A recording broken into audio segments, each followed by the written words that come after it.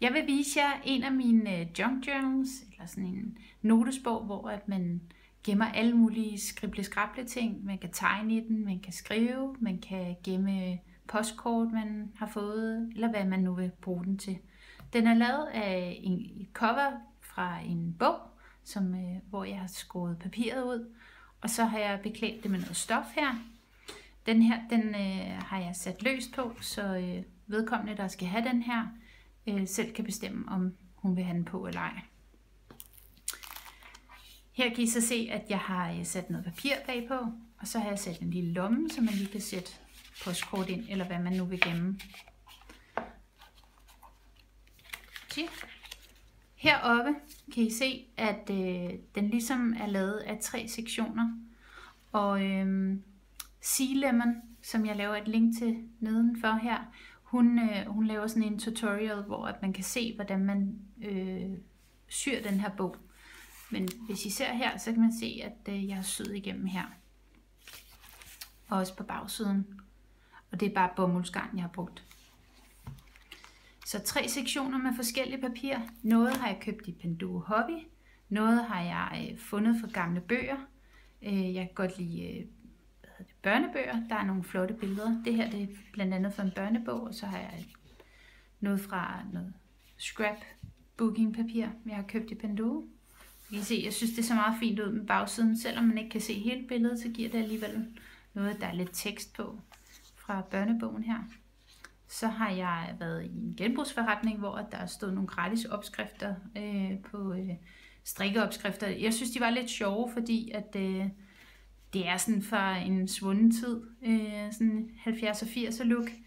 Det synes jeg var sjovt at tage med her. Så er det fra en gammel børnebog.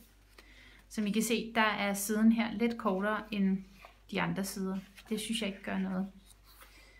En anden børnebog, så er der noget Jørgen Clevin. Og den inderste side, der har jeg så klistret dem sammen, så det bliver til en lomme her, til et postkort, man kan tage op og ud her. Jeg bladrer lidt videre. Sat lidt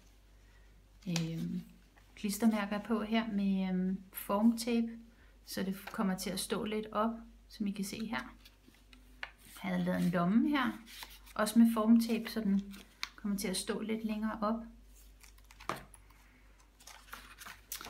Om lidt kan I se, her er der et eksempel på en lomme, eller et lille kort, jeg har sat ind, hvor man kan skrive et eller andet ind i her.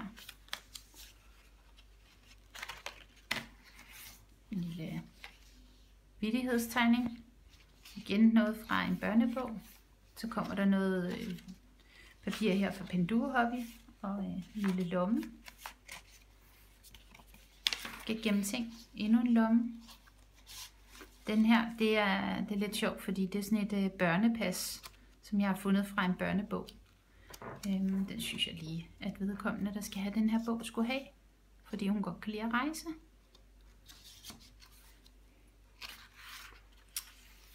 Og igen en lille klips til at holde papiret her.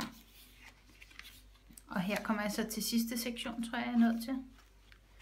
Igen papir fra Panduro Hobby, og herinde er der lidt papirklips.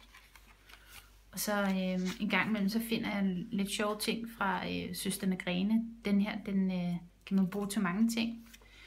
Man kan også sætte den bag på et billede, så den kan holde billedet, men her har jeg bare sat den ind, så kan vedkommende, som skal have bogen, se hvad hun vil bruge den til.